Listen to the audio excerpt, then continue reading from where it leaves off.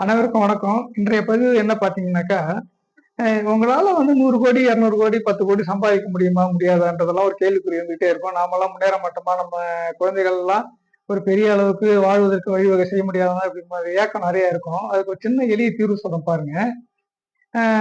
செம்மரம், சந்தன மரம், தேக்கு, வேங்கை இது போன்ற மரப்பெயர்கள் சம்பந்தப்பட்ட அ அறிவு நமக்கு இருந்தா போதும்.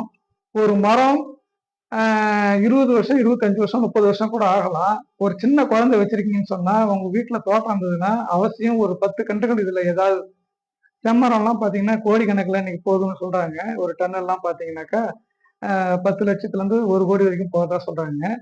ஒரு மரம் 25 வருஷத்துல பார்த்தீங்கன்னாக்கா, 250 கிலோவிலிருந்து 650 கிலோ வரைக்கும் வரும்னு சொல்றாங்க. ஒரு 10,00,000 கூட பாருங்க. ஒரு 10 மரம் வச்சா கூட இன்னைக்கு சாதாரண ரொம்ப கம்மியா பார்த்தா கூட ரூ. 1,00,00,000 இருக்கு. நீங்களும் கோடீஸ்வரராகலாம். உங்கள் வருங்கால தலைமுறையினர் கோடீஸ்வரராக இது போன்ற பயிற்சிலாம் தேவைப்பட்டதுன்னா சொல்லுங்க. இலவசமாக குடுக்குறேன்னு சொல்லியிருந்தேன். நேரடி பயிற்சி வகுப்புக்கு மட்டும் தான் உங்களுக்கு பணம். மத்ததெல்லாம் இலவசமாவே காணொலி வாயிலாக கிடைக்கும். நன்றி, வணக்கம்.